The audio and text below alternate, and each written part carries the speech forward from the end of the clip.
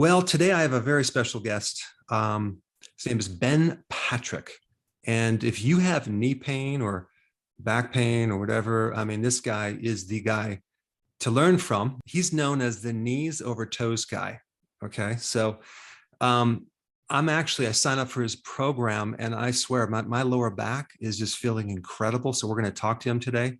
This guy has orthopedic surgeons critiquing his videos, like all positive. He has coaches of Olympic teams talking about his work. He has pro athletes, physical therapists, really impressed with his work. So welcome, Ben, to this interview. Well, thank you for that intro. You're too kind. Maybe I can hire you to do my intros always. Hey, I'm available. I'm Okay, totally good. available to do that.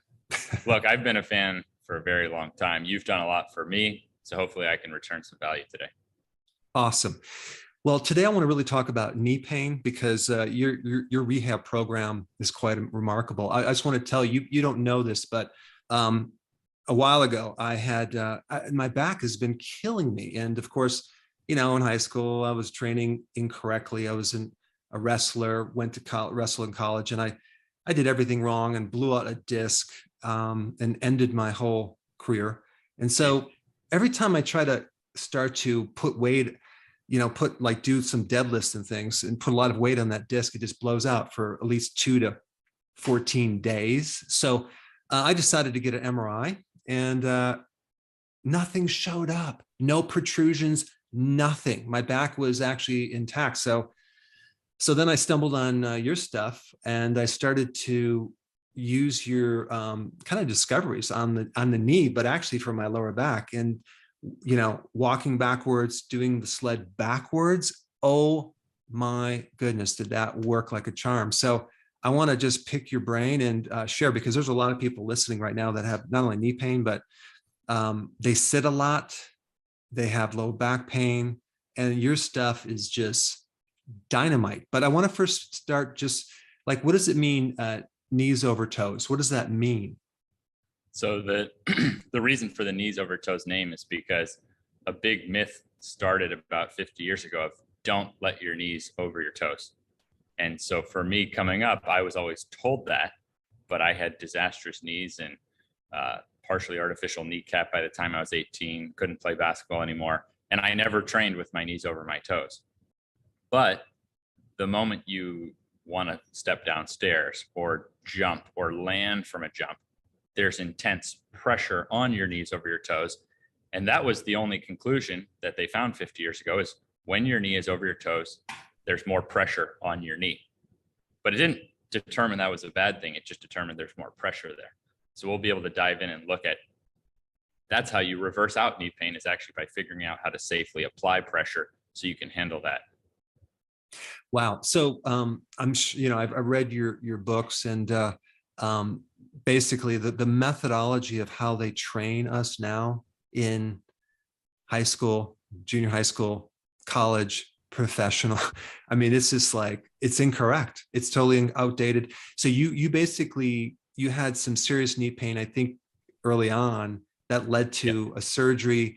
And then you had to kind of like do a deep dive to figure this out yourself. Tell us a little bit about that.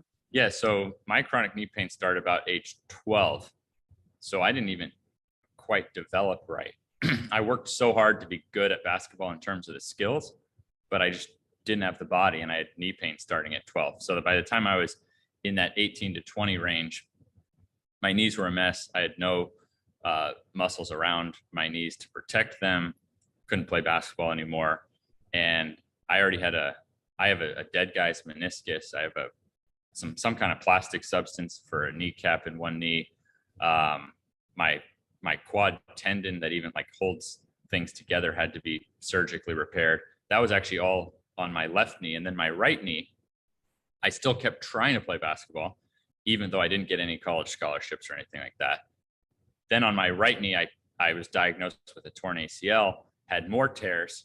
So at this point, I was just completely at the bottom with my knees. In my mind, it had ruined my life. And at that point, I just gave up basketball and was like, if I could just figure out how to have healthy knees, how to bulletproof my knees.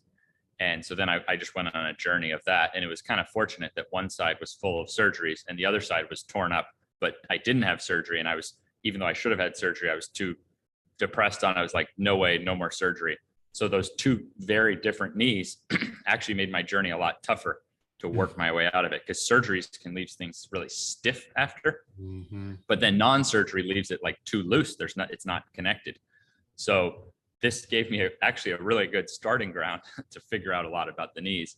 And that is the fundamental principle I figured out, is that all the attention on athletes to get faster and jump higher and accelerate forward, we actually are super imbalanced and we're too weak backward, and we don't get enough training backward, and that actually restores the circulation and the strength. So that's the foundational principle, is just how do you get stronger backward?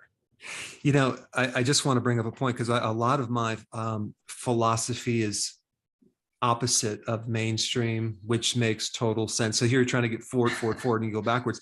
So, you know, I'm doing, opposite. I know, and I'm doing, I'm not only am I going backwards, but I'm doing this, I'm pulling the sled up a hill. So I'm living on a farm right now, and I'm actually using the hill. And you talk about taking it to the next level, pulling a sled up a hill about, I don't know, 100 yards. That's the best workout on the planet. I mean, you get cardio. It's just my knee. I mean, you know what's interesting, and I want you to explain the difference between eccentric and concentric, because we're working like the eccentric muscles, and there's less soreness. Like, I'm not getting sore like I would the other way. You just want to touch on that just a little bit?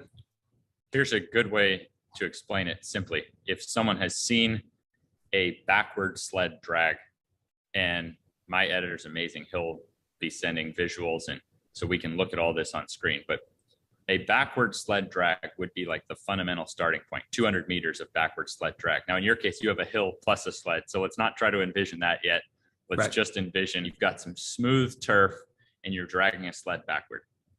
Even if I mistakenly loaded the sled with 1,000 pounds, you'd be unlikely to get hurt. It just wouldn't move. Whereas if I mistakenly put 1,000 pounds on a squat bar and then you bent your knees, you'd be almost guaranteed to have catastrophic injury. So both of those positions allow you to train the strength of your knees, but with the sled, there's way less chance of injury. You can also get into a rhythm where you can't exactly lifting weights. You have to be a bit more cautious and you can't just like start pumping out and getting into a rhythm. So we not only have the safety, but we have the circulation. Kids have this just incredible circulation. They can heal everything in their body. And as we get older, it gets harder and harder to heal our body.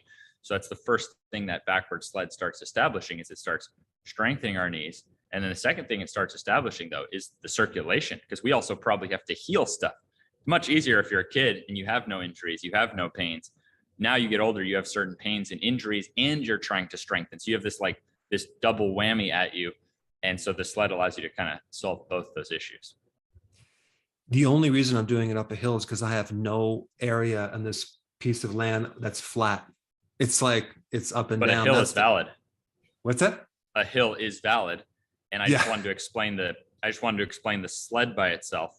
Yeah. The reason the hill, so when you actually work backward up a hill, that's much safer than going down the hill. So if you think so many of the people who do my program, they love hiking, but they start my program because they can no longer hike. Like, it's too painful for them to go downhill.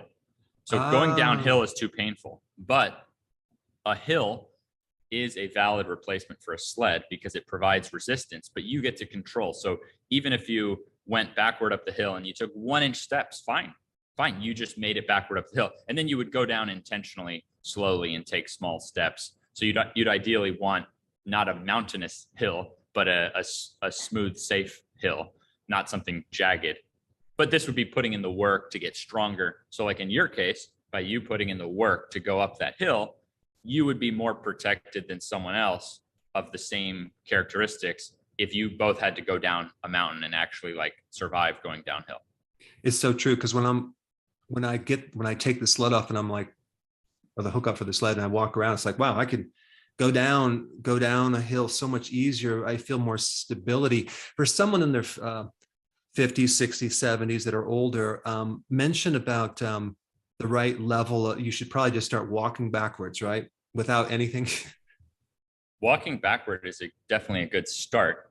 And everyone could find, so we covered a sled. So someone listening to this has a sled at the gym, and they're going to go, oh, wow, I can start dragging that thing backward 200 meters before each workout to get the circulation going. Someone else listening is going to go, oh, wow, I have a good hill. I'm in Florida, no good hill.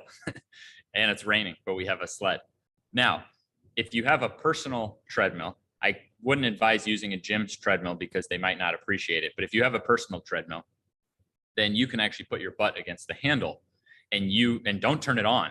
And you use your own strength to spin the belt backward.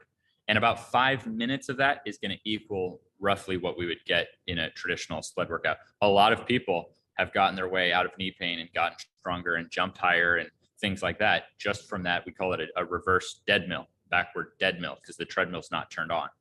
You could even put your treadmill to an incline perhaps and put it on like the lowest speed. Some people have said that works. So some treadmills go to an incline. You could put it on the lowest speed, turn around, and the treadmill's nice because you have handles right there. You can balance. So there's, when you really start working at this, as I have for a long time, and trying to figure out solutions for people, there's quite a few good alternatives. You could even, with a partner, these resistance bands are super common, super easy to get.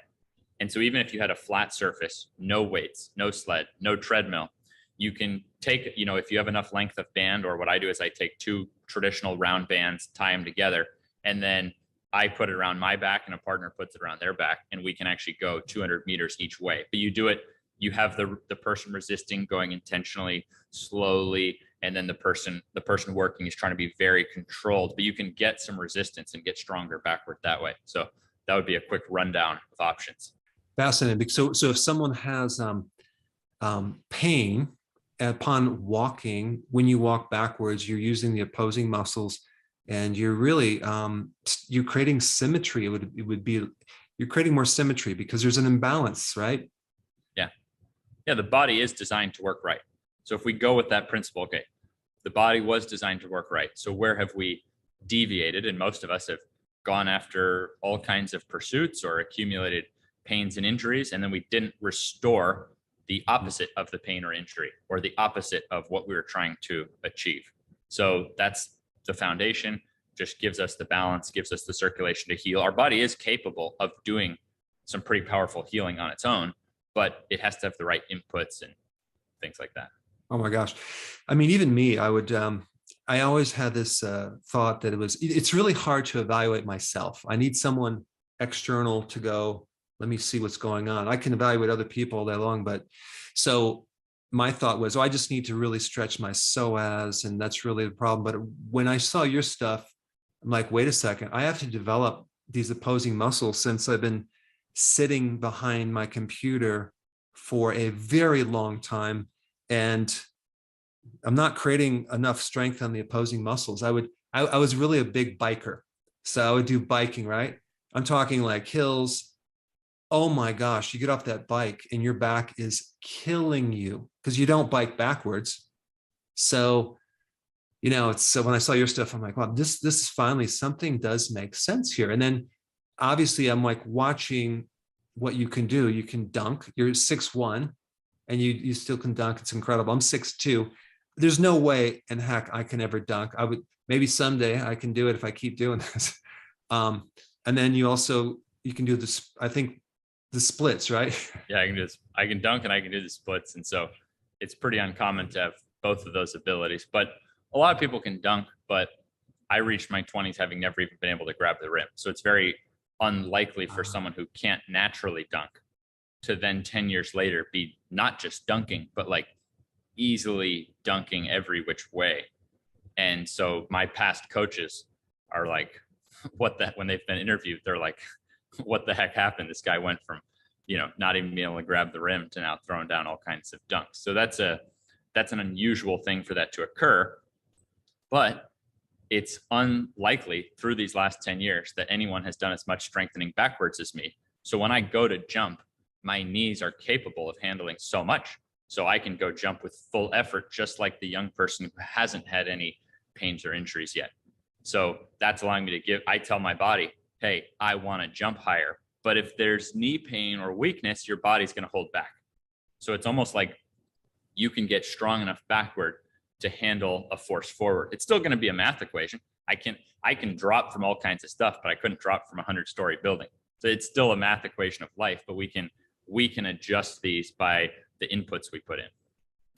I hear you. It's like when I was in practice, I would work with a lot of people over the age of 60, and some of these guys would start, mentally they're still 18, and they go into CrossFit with very poor training, right? And they're overtraining like crazy. They blow out a joint and it's over. It's like they'll pull Achilles tendon, right? I mean, that's like, and now what? Now you're going to let that thing heal for I don't know how long. And of course, the way they're going to rehab it is not going to go backwards. They're not going to work the opposing muscles. It's just devastating. So it's incredible just how much incorrect information that's out there. Incredible. Yeah. And it's all understandable. Each piece of data that's incorrect or that prevents us from healing, it's understandable how the initial conclusion was come to. Oh, that's a tough position. Let's completely avoid that. But completely avoiding that means we're relegated, some of us, to lives of painkillers, surgery. So I was already on that track because I beat my body up so hard at a young age. I was already hooked on painkillers in my teens. So I quite literally reversed my way off painkillers, and that turned into a career. I wasn't expecting that. I was just trying to get out of pain.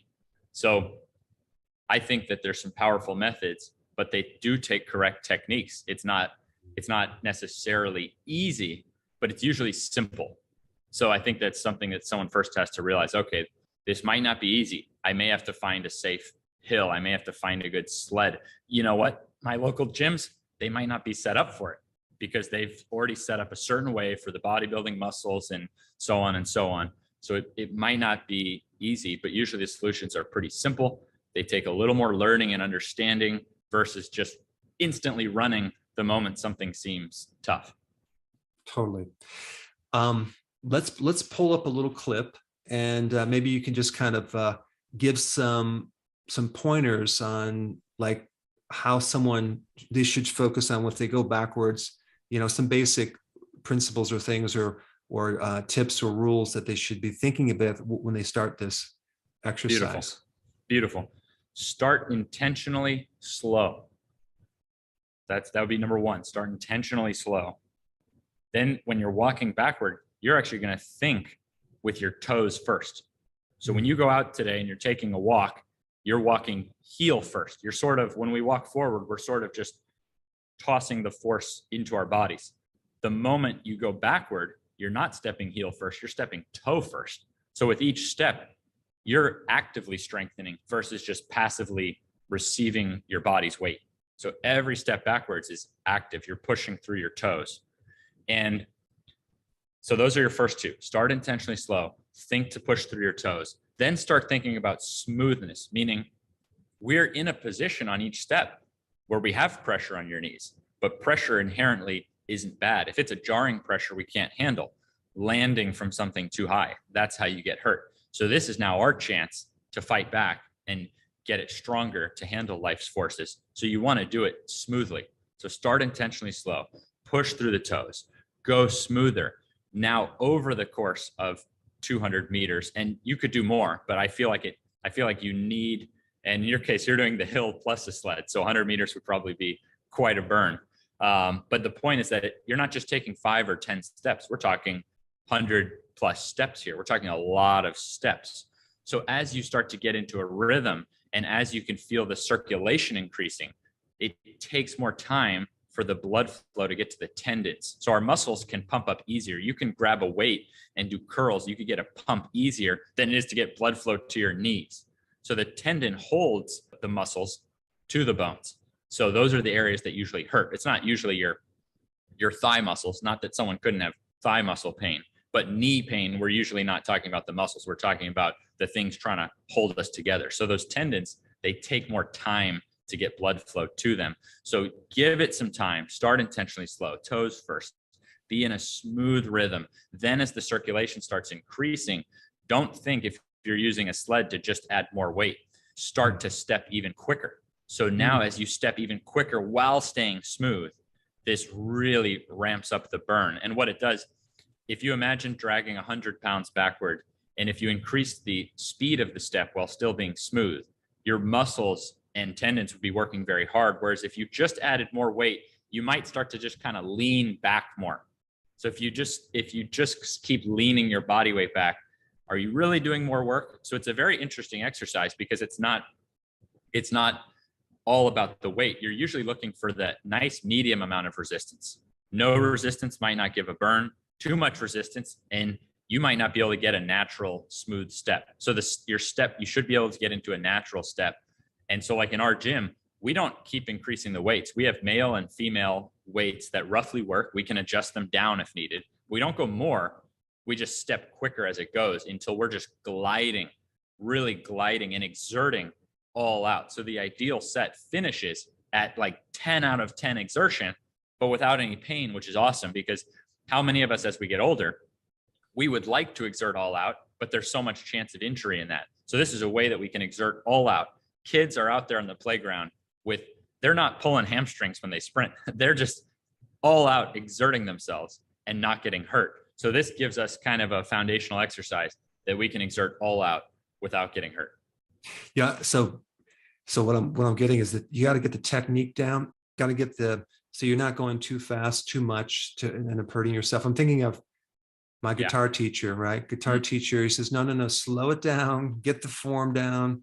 Don't try to go too much. And then you end up, it sounds terrible. But the point is like, so I think you just gave me a good tip because if I'm going, what I was doing is there's no way I could run up the hill backwards. I can't do that. And that's not necessarily safe. Right. So I'm going backwards, I'm walking, but then I get to a point where I can't go anymore. Right. It's like, there's no more, I can't even. Well, that's good.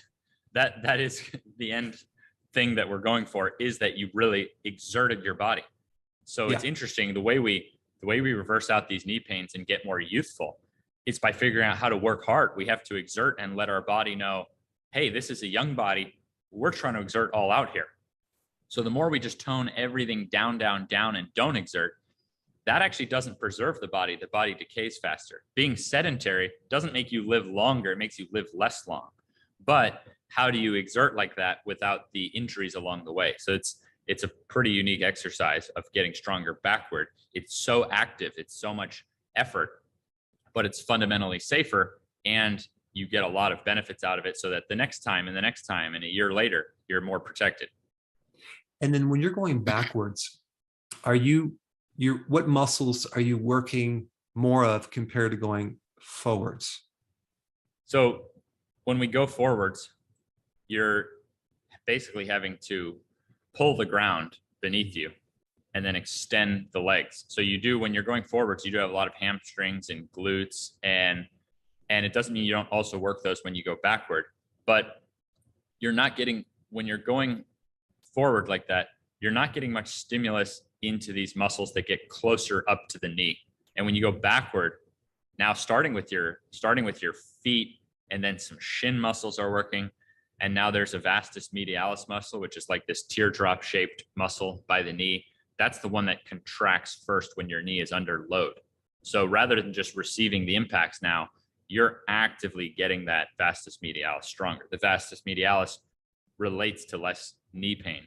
So you're able to proportionally get more development, I would basically say, from the ground up, starting with, there's a bunch of muscles in your feet. Most of us are locked up in shoes that aren't really designed like a foot is shaped. And then in our training, if we're doing leg presses, the foot is flat. If we're doing leg extensions, well, the foot's not even pressing against anything. Squats, deadlifts, the foot is flat.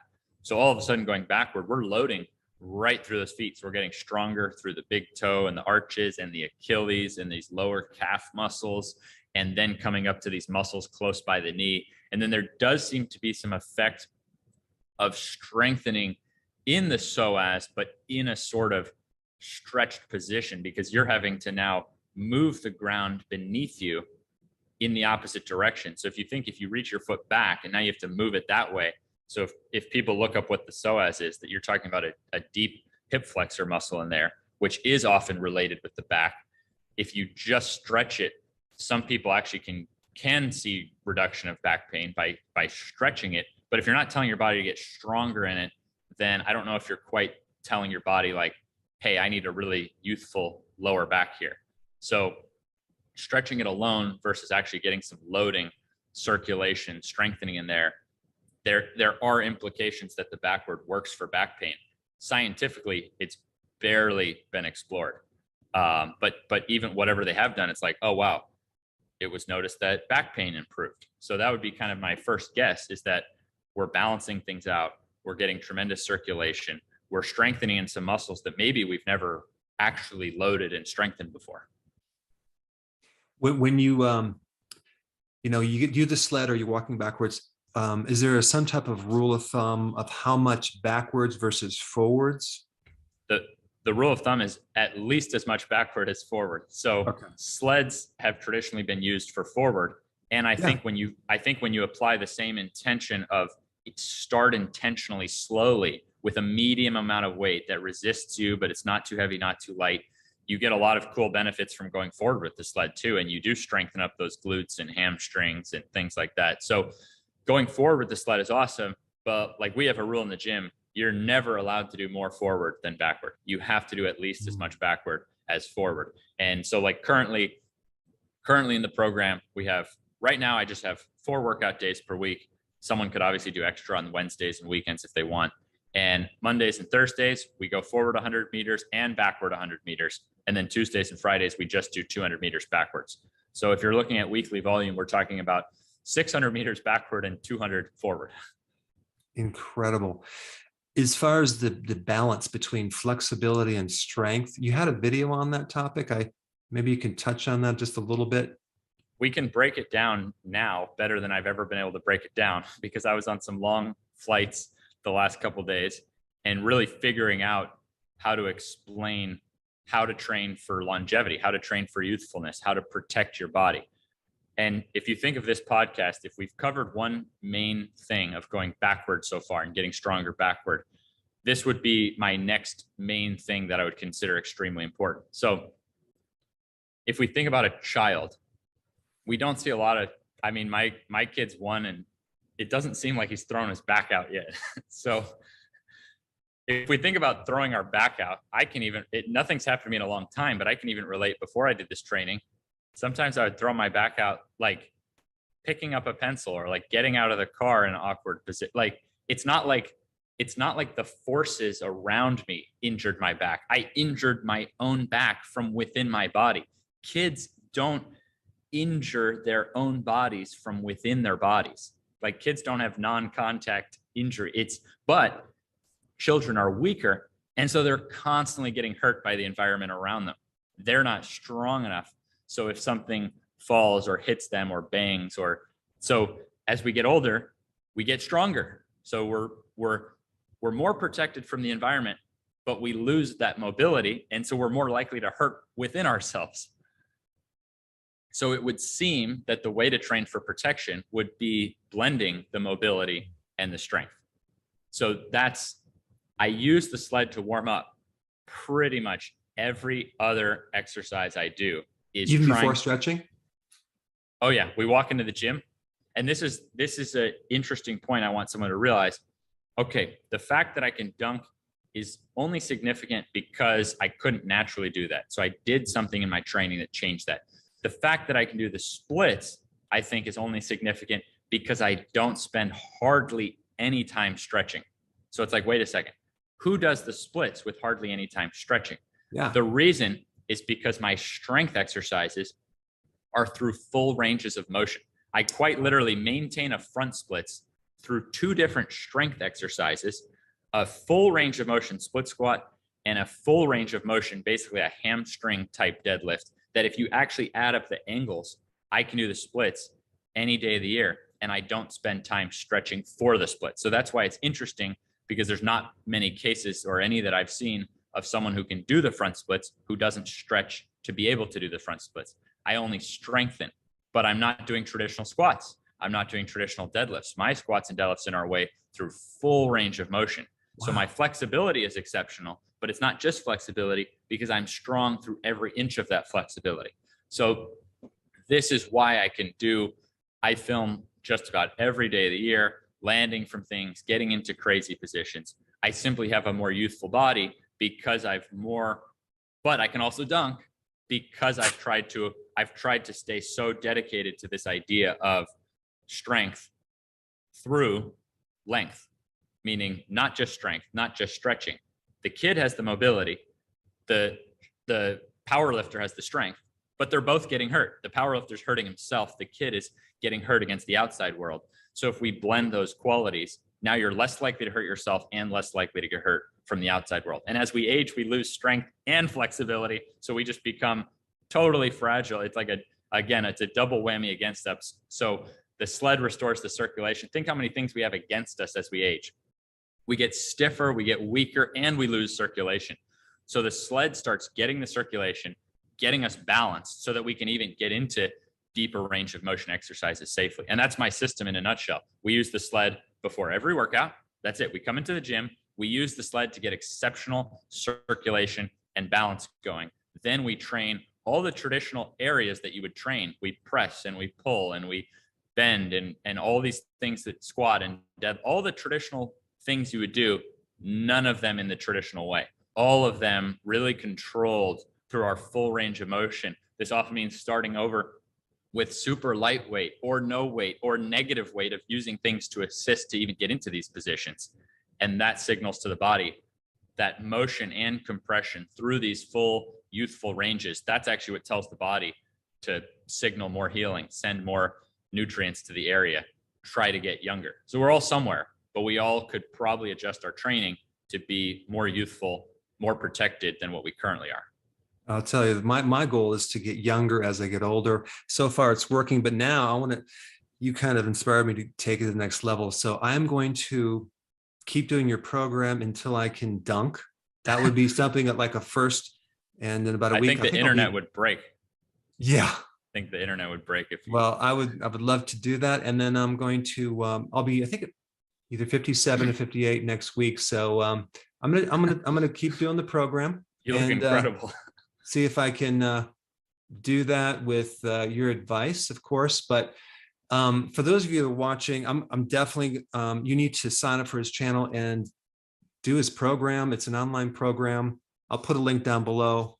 You guys should check this out, not just for knee pain, goes way beyond that. It's like you're building your foundation. Like very few people work on the lower part of their body. It's like, it's all just like, oh yeah, I'm going to go to the gym and work the upper part. They neglect not only the lower part, but in the right training. So you get the flexibility and the strength. What you came up with is actually so remarkable, and it's simple, makes sense. So I appreciate you discovering the stomach illness. Unfortunately, you had to go do it because you hurt yourself. But if you never hurt yourself and you never probably had that surgery, you probably never would have forced you to figure this out. Well, thank you. And yeah, best thing that ever happened to me. Now I'm able to just play with my kid and go dunk every weekend. I get to play basketball, and it's you can't even imagine. I couldn't even imagine the joy that I'd be able to get from a weekend pickup game with my friends and being able to throw down reverse dunks like I'm an NBA player or something. So, and now my goal is to dunk when my kid can dunk. So he's one. So this is my entire training goal. Every workout is calculated. How am I going to dunk when I'm 50? And the program has to be so good that, of course, he's going to have to dunk because he's not going to have the genetics to naturally dunk. So I can't, that'll be my greatest moment of my life, will be dunking when my kid can dunk. Totally. You think it's possible? Is there hope that I could maybe dunk someday? I think there's hope. Everyone starts out at different heights. So at 6'2", if you could get probably to the levels that, not necessarily in the events that they're doing, but if you look at masters athletics, so people are training for masters long jump or masters sprinting, things like that. If you could get to those type of joints and kind of put all those characteristics together, though, I think it would be possible. I'm going to go for it. Love it. So I will do that video and see if I can pull it off. But thank you so much. This has been awesome. And For those of you watching, definitely check this guy out. It's like awesome stuff. So thank you so much. Thank you. Hopefully I was able to return some value today. Absolutely.